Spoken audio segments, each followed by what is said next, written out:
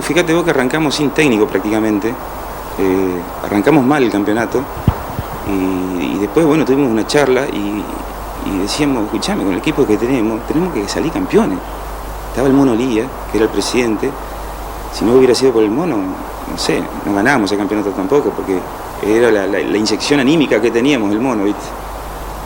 Y bueno, en un partido, creo que contra Universitario, en cancha de Universitario, arrancamos, hicimos un quiebre, ¿viste? en lo que fue el campeonato, porque veníamos empatando, veníamos perdiendo. Sin embargo, estábamos a 4 puntos del puntero en ese momento, que creo que era Sportivo Urquiza. Y a partir de ahí empezamos a ganar 2-0 contra Universitario. Jugamos contra Sarmiento en cancha de Sarmiento, también le ganamos 2-0. Jugamos contra Unión, le ganamos 2-0. A Paraná le ganamos 2-0 también, y jugamos el último partido en cancha de Patronato contra Patronato. Y en cancha de Paraná jugaban Paraná y Sportivo Urquiza. En cancha de Sportivo, perdón. Sportivo con todas las chances de salir campeón, porque ganando era campeón. Si empataba Sportivo y nosotros ganábamos, éramos campeones nosotros. Nos llevaban un punto, me parece. Y bueno, sucede lo que sucedió, que le metimos 4 a Patronato, 4-1 le ganamos en cancha de Patronato, y allá en la Floresta todavía no había terminado el partido.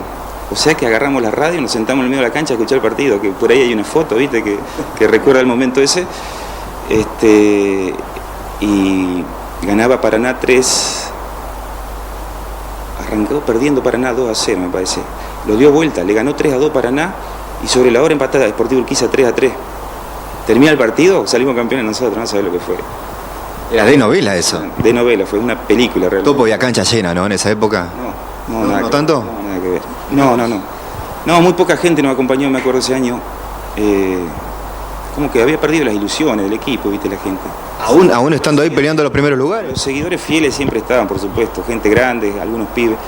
Pero no, nunca llena la cancha. No como en otras épocas, cuando en el 85, 86, 87 se jugaban los clásicos acá y era toda la vuelta, todo el alambrado completo, que no había tribuna prácticamente. ¿Y los clásicos en ese año tampoco convocaban o sí? Sí, convocaba, pero no era una locura, ¿viste?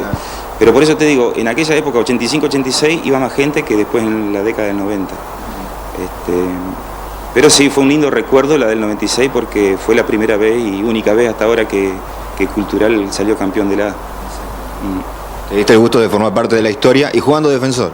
Jugando defensor, sí. Topo, ¿cómo siguió ahí tu vida después de ese 96, de ese campeonato?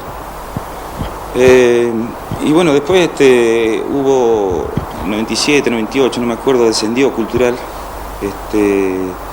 Y después en el 2000, que fue mi último año, que Gustavo Girardi era el técnico, se trajeron algunos refuerzos de Paraná, que vino Gereñere, el Jito Retamar, Suázaga, la Kika Ponti, y se armó un lindo plantel también en la B, y fue el año que salimos campeones que le ganamos la final a Belgrano, que se jugaron 2 partidos, ganamos 2-0 acá y perdimos 2-0 en cancha de Patronato, y se definió por penales, y ellos erraron 1 y nosotros metimos los 5, así que otra vuelta olímpica en cancha de Patronato.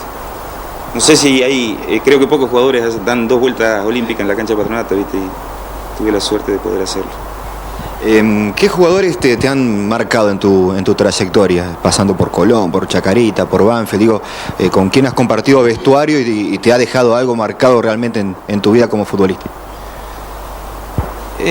Acá, por ejemplo, en Crespo hubo muy buena calidad de jugadores.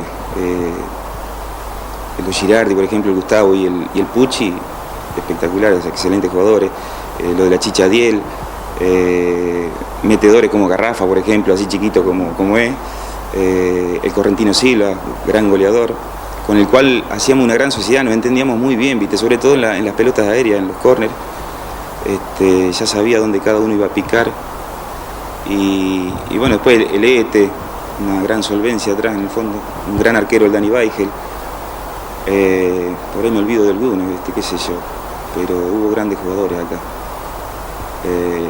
Y bueno, en Colón he compartido con el zurdo Verdirame, que era un fenómeno, muy buen jugador, muy habilidoso, muy rápido, quien jugaba de 11, ¿viste? Cuando yo llegué él jugaba de 11 y yo era win izquierdo en esa época, ¿viste? Que se jugaba con 3 delanteros, el win derecho, el centro delantero y el win izquierdo. Y yo jugaba de 11 y yo tenía que sacar el puesto al zurdo Verdeame, que era aparte el ídolo de Colón. Y bueno, el viejo Guerra, me acuerdo que lo vio más de volante y lo puso de enganche, ¿viste? Arrancando de más abajo, y a mí me puso de win izquierdo. Que también anduvo muy bien el zurdo jugando así de volante, arrancando de más abajo. Porque tenía una gambeta muy, muy rápida, ¿viste? Como era chiquito y habilidoso y rápido. Entonces te dejaba solo delante del arquero, era muy, muy buen jugador. Custodio Méndez jugaba en esa época, que también era un portugués que jugaba muy bien. Después estaba Siviero en el fondo, también una calidad impresionante, que después jugó en San Lorenzo. Siviero estuvo en el Mallorca con Cooper, me parece que está ahora allá. Y bueno, en Banfield estuvo el Chueco Delfino, que era un bien derecho, muy rápido también, muy goleador. Marcelo Benítez, Horacio García, que falleció ya, pero era un fenómeno el pibe ese. Y después en Chacarita sí estaba el Gatito Lip. Gatito Lip, que jugó conmigo ese año, como persona excelente, un fenómeno como persona y un gran jugador, un gran goleador. Topo, en esa época ¿le tocaba al plantel aguantar algunas cuestiones de la barra ya en esa historia? ¿Te tocó? Sí, hemos vivido de todo. En Colón, por ejemplo, estábamos en una reunión arriba en la parte de la secretaría, una mesa grande, me acuerdo que estábamos todos reunidos discutiendo el tema de los premios, y Colón te decía hoy que había perdido la final contra Unión hacía poco, ¿viste? Y que querían el ascenso urgente. En un momento se abre la puerta, ¿viste? Y entran 3 o 4 tipos grandotes, ¿viste? Unos morochos, y empiezan a tirar unas balas sobre la mesa. Y hace así, y veíamos que estaba calzado el tipo. Tenemos que ganar, tenemos que salir campeones, porque acá los liquidamos a todos. Así a los gritos empezaron. Y bueno, ahí llamaron a los de seguridad, lo sacaron, ¿viste? Pero fueron momentos bravos, ¿viste? Que te quedás helado, ¿viste? Porque no te la esperás esa. ¿Qué pensaste? ¿Cruzar a nado el río? ¿Qué? ¿Viste? ¿Qué sé yo? Éramos muchos los que estábamos ahí para pelearlos, ¿viste? Pero estaban calzados los tipos. Y sí, después en Banfield también pasaron cosas así, ¿viste? Que habían 2 tipos bastante desagradables de la hinchada, que aparecían en las prácticas, ¿viste? Amenazarnos. A pesar de que en Banfield también andábamos bien, ¿viste? Estábamos siempre ahí peleando los primeros puestos. Pero la gente no quería jugar en la B Nacional, ¿viste? Quería en la A. Y sí, es lógico, ¿viste? Pero por ahí no se dan los resultados. De pedir plata no, directamente de ir a presionar para que ganen. Sí, no, también. Los de Colón, por ejemplo, sabían perfectamente cuándo cobramos el sueldo. Porque en esa época no se cobraba por cajero como cobran ahora los jugadores por ahí, o le depositan la plata en una cuenta bancaria. Pagaban el sueldo, con recibo de sueldo, y salíamos con la plata en el bolsillo. ¿Qué, te esperaban a la salida? Y estaban afuera esperando en la secretaría y nos jeteaban, por supuesto, plata para sus cosas, qué sé yo, no sé qué cosa, ¿viste? Pero siempre te pedían plata. Qué hermosura. Topo, ¿cómo fuiste tomando el cierre de tu carrera futbolística? Digo, ¿lo fuiste asimilando de a poco? ¿Sabías que iba a llegar el momento? Sí, yo ya lo tenía decidido prácticamente en el 2000, cuando salimos campeones con Cultural en la cancha de Patronato contra Belgrano. Ya sabía que era mi último año, ¿viste? Por el tema justamente de la rodilla. Era una cosa que yo quería, pero la rodilla me decía, basta, hasta acá llegaste, ¿viste?